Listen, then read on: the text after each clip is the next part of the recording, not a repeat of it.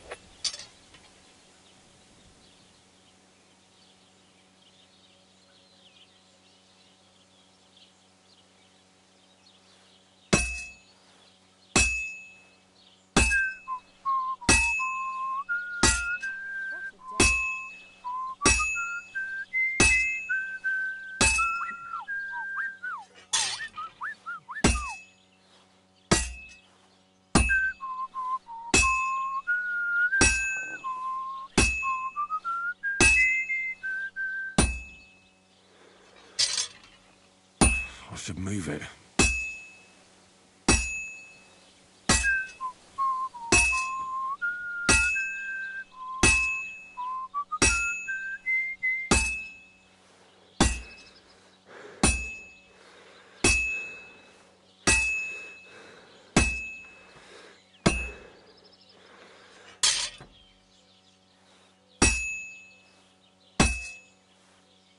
Good. That looks finished.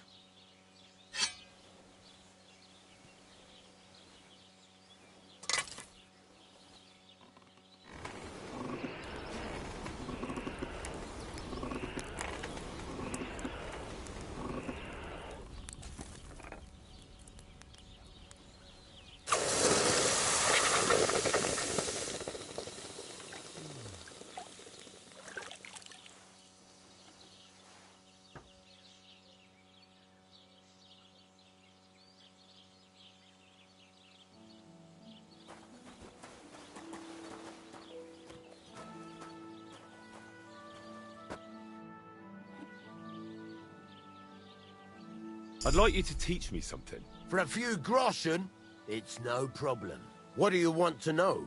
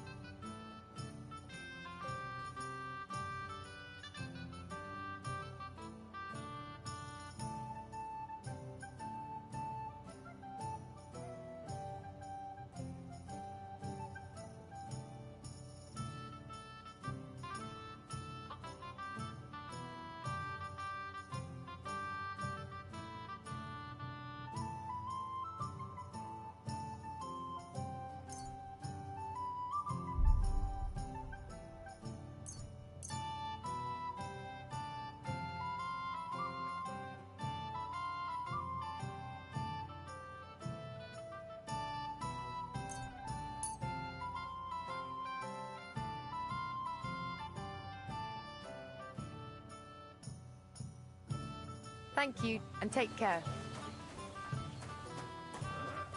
God grant you health.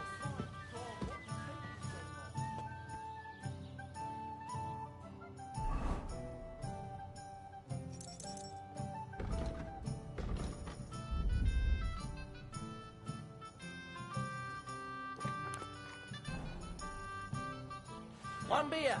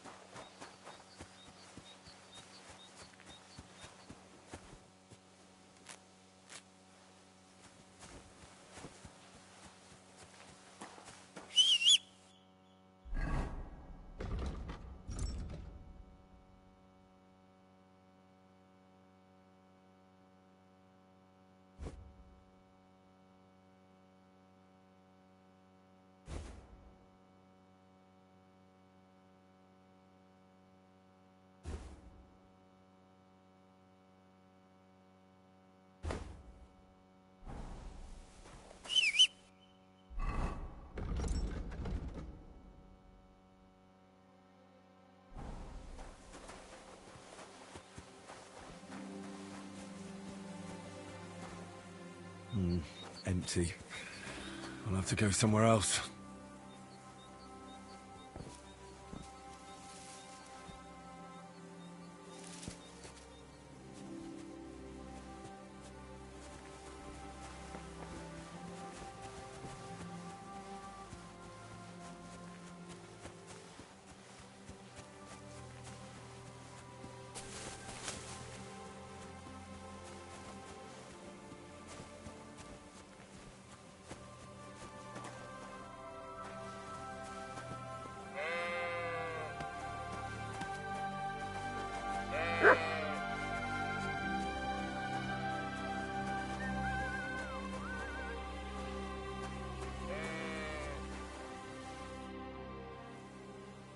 I hear you have some problems with wolves.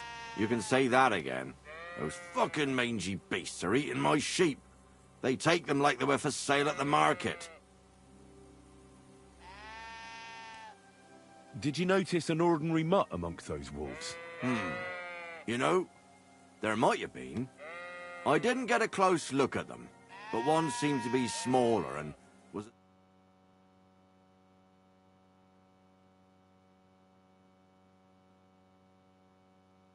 That could have been mutt. If I understand you, you're looking for your dog and think he might be with those wolves, right? That's right. I'll have to find that pack to see if it's him. I'll say, since you're already going after that pack, would you mind doing a good deed? If you kill those furry fuckers, there'll be a reward in it for you. Why not? I can kill two birds with the one stone. That's great. It'll be well worth your while. I hope so. Where can I find that wolf pack? I was grazing my sheep up on the slope last time, by the forked birch, and those monsters learned to go there. I don't take my sheep there anymore, but those fuckers still go sniffing around over there. So we'll bring your flock up there again and wait and see if they come. Are you fucking mad? I don't want to lose any more sheep. I think you just need some bait. Not even one single sheep. I promise I'll look after it. Well, I could lend you Ignatius. He's the stupidest ram I've ever seen. Or the brightest. Depends on how you look at it. What do you mean? Can he do somersaults? Does he know how to count? That'll be all I need. The only thing that little devil knows how to do is piss me off. When I want him to move, he sits still. When I want him to sit still, he fucks off to where I can't find him. I know people like that. Right. But you can tell a person to fuck off. But when it's a sheep, you're wasting your breath. And on top of that, you have to take good care of him. So I'll take Ignatius and use him as bait? Right. But he's so stupid he's smart. I'm certain he'll come back to me.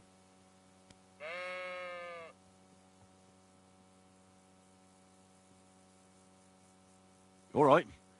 I'll take Ignatius and go and have a look around that forked birch.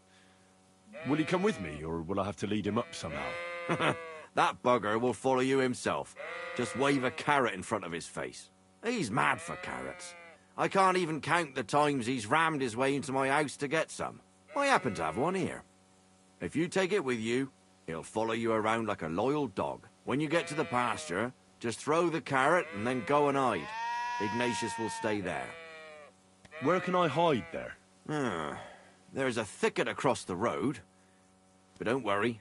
If the wolves go after the sheep, they won't notice you. But you'll hear them from far away as they get closer. I don't know anything more horrifying than the sound of their damned howling. See you soon, my friend.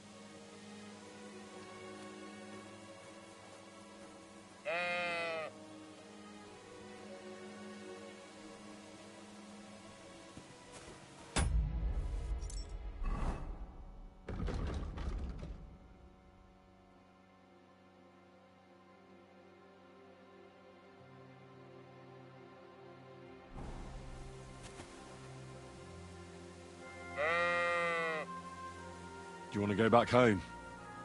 You must be afraid. Mike, you aren't afraid of anything. I respect that.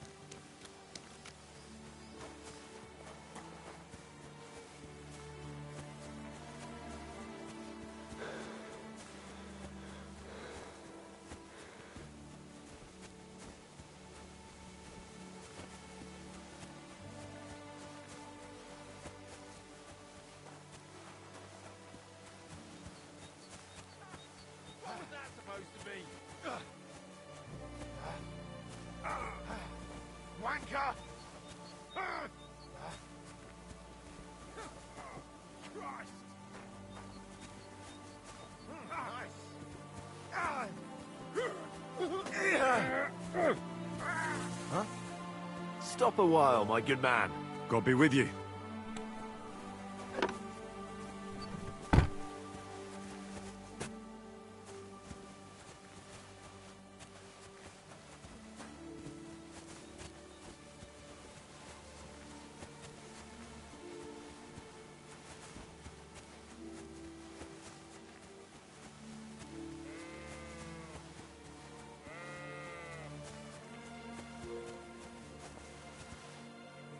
How are you, Ignatius?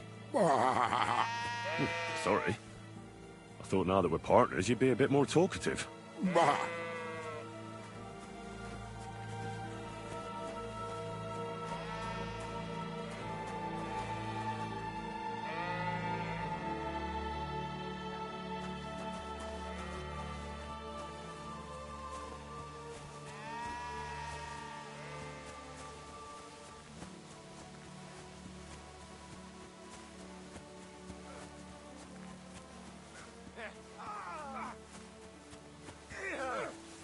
Useless! Nice. What was that supposed to be?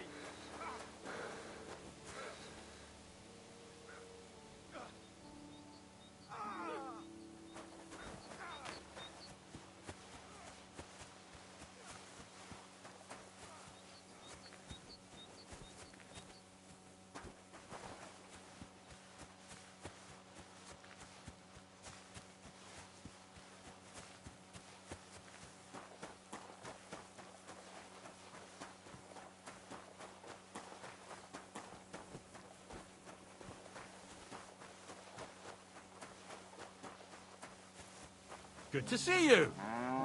Greetings.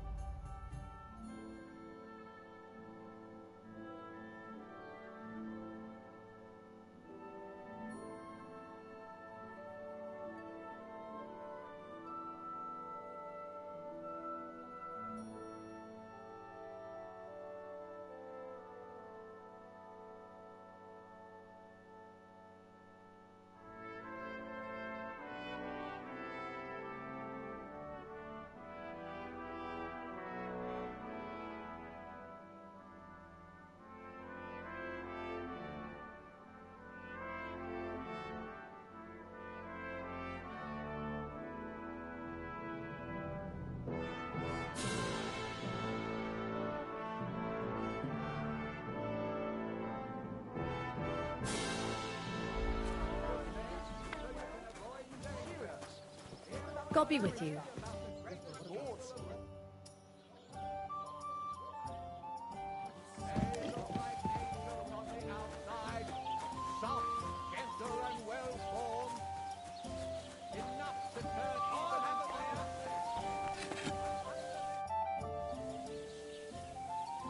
I'll have a look at the wares.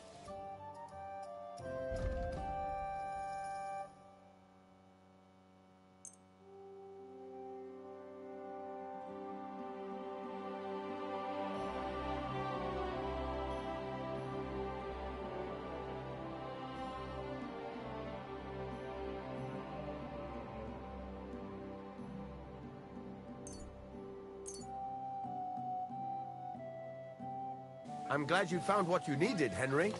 Take care.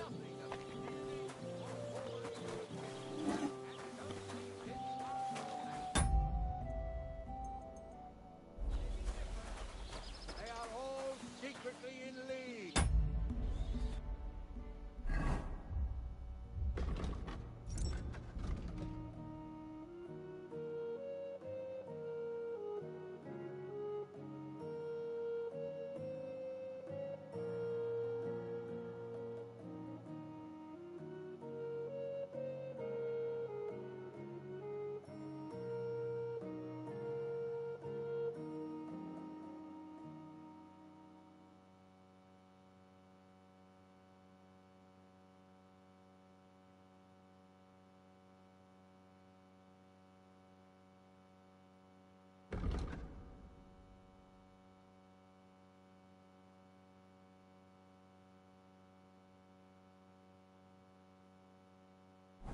covering up the wrongdoings of the others. Forget about women.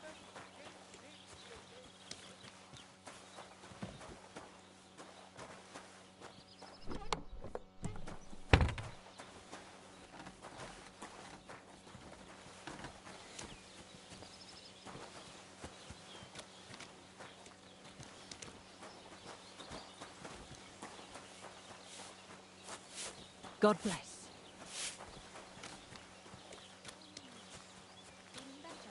Oh, yes. That ointment of yours is a...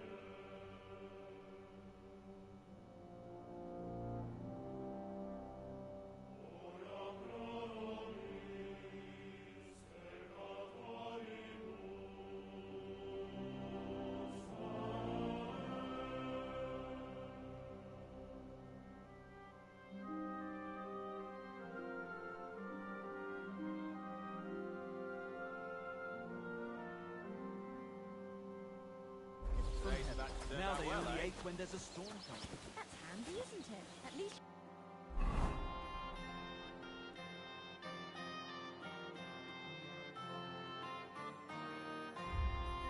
And to round up the cattle and gather in the hay. Aye. When I'm old and infirm, folks will come to me for the weather forecast. I heard about this fella who always got heartburn just before it snowed.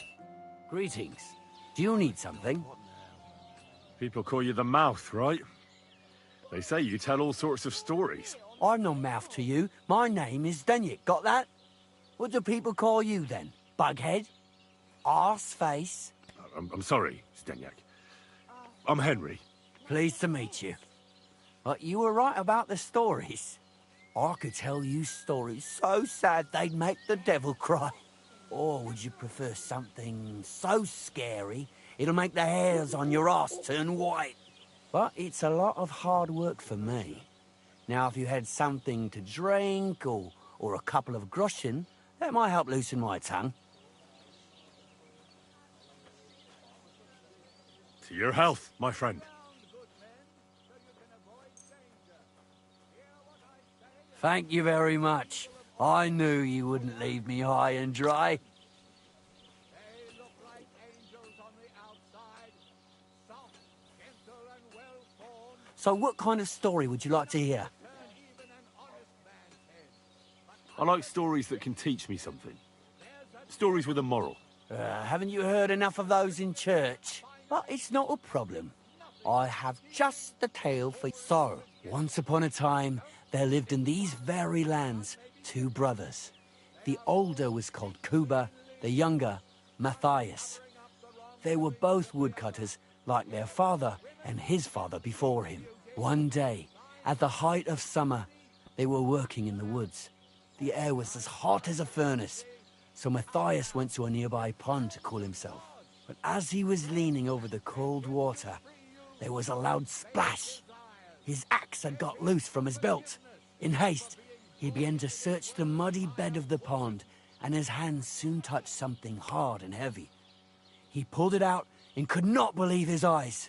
He pulled out an axe. Yes, but not his old one. It was an axe made of pure silver. Good God. I grabbed that without a second thought. Maybe you would, but Matthias would never. He was an honest man, and with a big swing he threw the silver axe back. He searched the pond again, and this time he pulled out his own axe. Nothing but dull iron and old wood. I reckon that was the right choice. Who knows who the silver axe belonged to? Well, quite. Listen on. Matthias was just about to leave when suddenly a water goblin came out of the pond, silver axe in his hands, and he said, "You're a righteous man, Matthias, and for your honesty, you may keep both axes. Matthias, not hanging around for the goblin to change his mind, took up both axes, gave us thanks, and ran to tell Kuba all about it. Kuba, however, was not best pleased with his little brother's fortune. He deeply envied Matthias for his newfound wealth. So, he set out to try the same thing. He ran as fast as his legs could carry him, straight to the pond, threw his own axe in, and began a pretend search for it. Yet Kuba had no luck. He pulled out the axe he'd thrown in himself. So he tried again. Tricked by sunlight, he grabbed something shiny, only to pull out his old iron axe again. Enraged, he hurled his axe back into the water and yelled, "Fuck this axe! I want a silver one!" But the water goblin heard his shameful cry and was greatly upset by Kuba's greed. So, when Kuba reached down into the water for a third time, the water goblin seized his hand, pulled him down whole to the dark depths, and drowned him.